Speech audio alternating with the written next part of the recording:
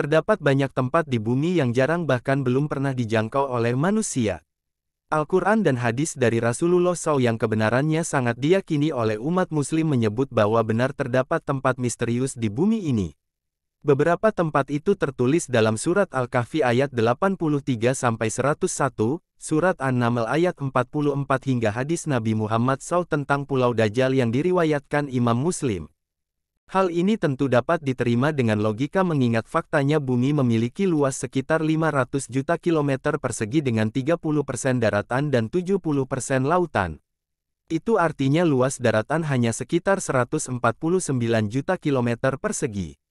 Dari semua itu, berdasarkan analisis dengan menggunakan satelit dari data yang diberikan FAO Global Land Cover Survey Database, jumlah daratan yang telah dimanipulasi manusia hanya sekitar 900.000 km persegi. Lantas bagaimana dengan lautan?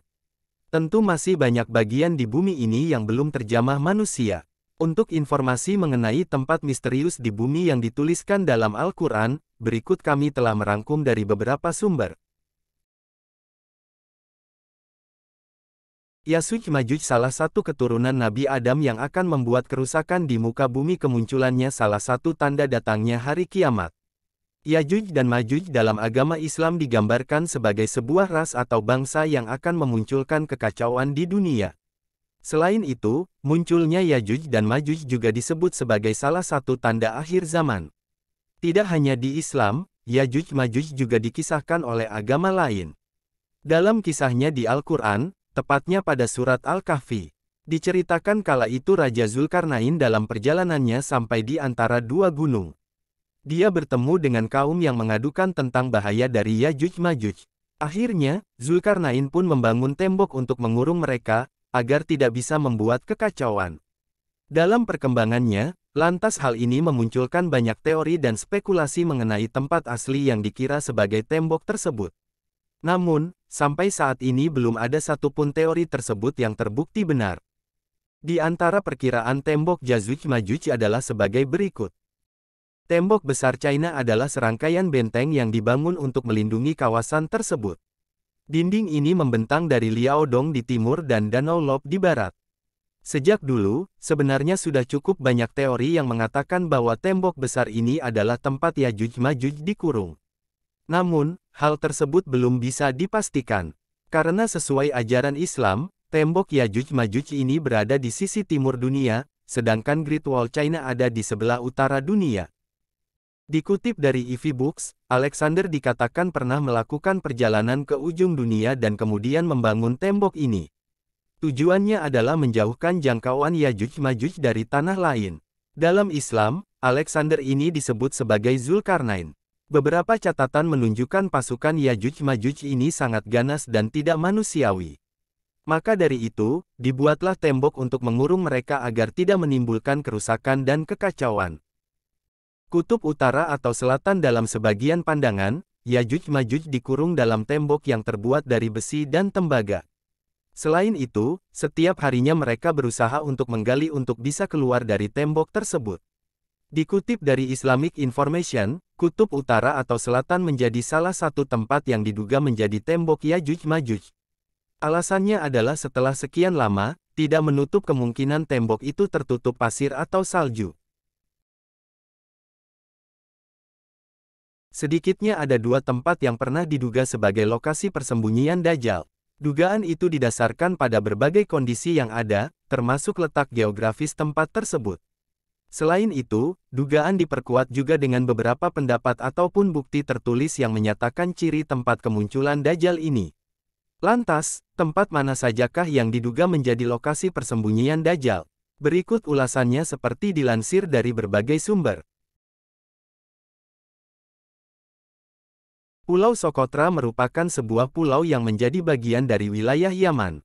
Pulau ini terletak sekitar 241 km dari Somalia dan 354 km dari daratan Yaman. Dalam penyebutannya, tempat ini memiliki cukup banyak julukan, seperti Pulau Alien, Pulau Neraka, hingga Pulau Persembunyian Dajjal. Dikutip dari News Delivery, pulau dengan julukan Galapagos of Arabia ini menjadi tempat yang cukup tertutup dan jarang dikunjungi wisatawan. Alasannya adalah aksesnya yang sulit dilalui. Namun, justru keterasingan inilah yang menyebabkan semua jenis endemik hadir di Socotra. Tercatat cukup banyak hewan dan tumbuhan endemik, termasuk salah satunya pohon darah naga.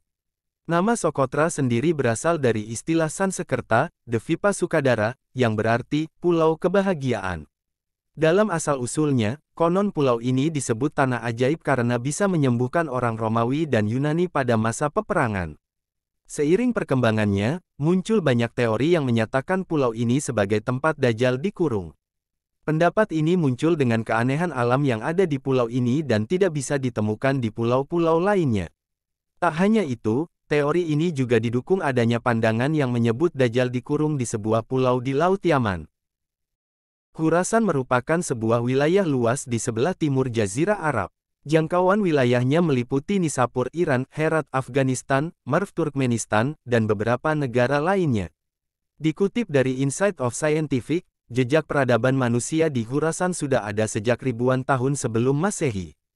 Saat Khurasan berada di bawah kekuasaan Achaemenid Persia, wilayah ini menjadi primadona dan banyak diperebutkan. Gunung Ka'af, gunung paling misterius di muka bumi. Dikisahkan saat Rasulullah SAW saat pulang dari perjalanan Isra, Miraj, ia melihat gunung Jabal Ka'af, di mana terlihat pemandangan yang sangat indah. Sinar biru yang membelah angkasa, membuat Nabi Muhammad terpesona dengan keindahan itu. Nabi pun akhirnya mengajak malaikat Jibril mengunjungi tempat yang menakjubkan tersebut.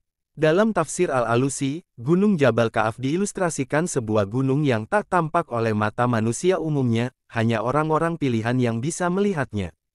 Gunung itu jarang diketahui orang-orang. Dalam Al-Quran sendiri, Jabal Ka'af diabadikan pada sebuah surat Kis Ka'af, 1, Ka'af demi Al-Quran yang sangat mulia. Namun demikian, tak ada satu orang pun yang mengetahui posisi Jabal Ka'af.